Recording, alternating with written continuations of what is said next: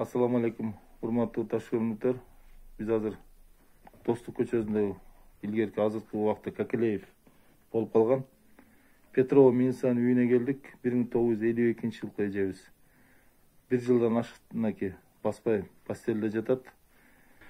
Анан кийин азыркы убакта коляскага муктаж болуп жатат бул эжебиз. Колдон келгендер болсо, сооп иш кылам дегендер болсо, жардам берсеңиздер болот. Наки аксакал, иншалла, дагы сүйлөйт.